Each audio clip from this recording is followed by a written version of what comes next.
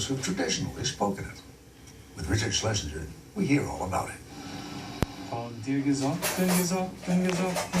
das Schein bin ich nicht. Deep in the heart of Texas, there's a sound close to the heart of most Bubbies and Zadies. Ich frag, du fragst, ich hab gefragt. Sei gut, ich bet dir.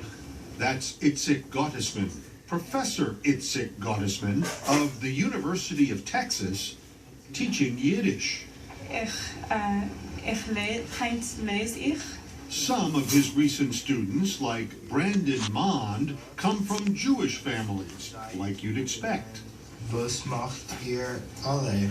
Was macht Moshe? Do you speak Yiddish to any of your family? Sometimes I'll speak a little bit of Yiddish with my grandfather. You get a lot of grandson points out of that? I already have a lot of grandson points. I could tell. But you can never have too many. It's true. But look at some of the other students. Die Deutschen haben im Win Chow Win is from a Vietnamese family. So when you told people that you were taking Yiddish, what sort of reaction did you get? What? Why are you taking Yiddish? I definitely remember telling my family, they were like, what's Yiddish? Der Brief ist given von sein. I can speak Vietnamese, I can converse in Mandarin, Chinese, and now Yiddish. She enrolled in the Yiddish class because she thought it was time for something new. My best friend is Jewish, so I thought it would be really fascinating to try and take a Germanic language because I've only been experienced in the Asian languages.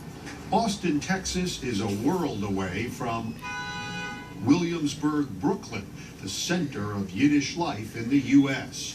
Here, the ultra-Orthodox Hasidic Jews speak the language daily and have kept it alive. But a lot of people speak a little Yiddish. Who hasn't schlepped to the store or fetched about the traffic? Still, Yiddish almost met Latin's fate, becoming a language spoken only sparingly, which would have been a shanda. But it's being rescued, partly by people like Win Chow Win, and partly by people like Aaron Lansky. Actually, the number of Yiddish speakers in the world is dramatically on the rise. Today, Lansky is the director of the Yiddish Book Center in Massachusetts. But 35 years ago, as a student of Yiddish, he had to find his own books. So he went door to door asking Jewish families for their books that were among the most emotional remaining links to their past. It does get pretty emotional. I mean, it always did. You still feel the emotion? Yeah, all the time. Right now I have a little bit choked up from it. Because it's a world, it was a universe. And it sort of came to an end, at least in one form. And it was an accident of history that we were in the right place at the right time, and it became our responsibility to save it. About 11 million people spoke Yiddish before the Holocaust. The language almost died along with the millions who spoke it. And when Israel was founded, Jewish settlers were encouraged to speak Hebrew instead of Yiddish. But Yiddish dodged extinction. The modern world has been good to the ancient language, which has developed over about 1,000 years as an offshoot of German. The world's changed. It's a smaller world. It's much more aware of its multicultural character. It's much more willing to embrace diversity. And Lansky's library has grown right along with the interest in Yiddish.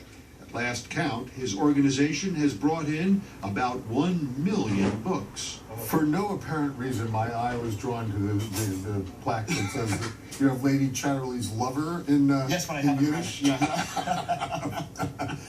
That was translated into Yiddish. Yes, I imagine it would have been a little stretch on the vocabulary, but they did manage it. Books are still coming in from all over the world, and the staff here, mostly students, most but not all Jewish, are translating as many as they can. Of course, there are aspects of Yiddish culture that don't necessarily have to be translated to be appreciated. Do you really need the subtitles to enjoy Leo Fuchs in the 1937 film Ich will sehen a border?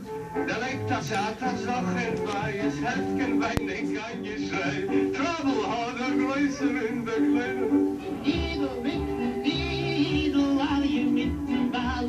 Before the war, there was a thriving Yiddish film industry, and those films are being restored and preserved by the National Center for Jewish Film.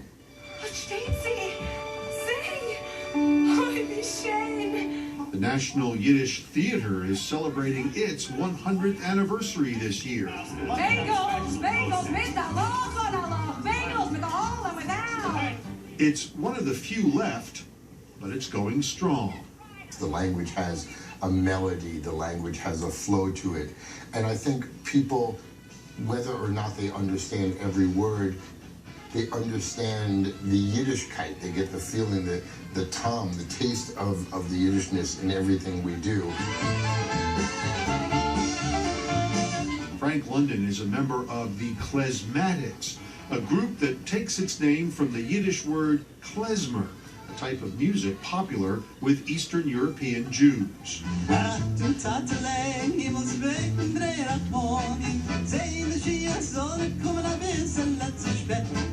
And if you need any more evidence of the great Yiddish Renaissance, consider this. The Klezmatics played a concert this year in China. I'm sorry, to China? Yeah, for the first time. Lauren Sklamberg is the lead singer. You're going to sing in Yiddish in China? You bet. Absolutely. Unlike Aaron Lansky at the Yiddish Book Center, the Klezmatics didn't set out to help save the language. Do you worry about the future of Yiddish? I think that right now I don't worry about the future of Yiddish. I think it's in good hands. But they don't mind playing a role in its salvation. In a word, it gives them such nachas.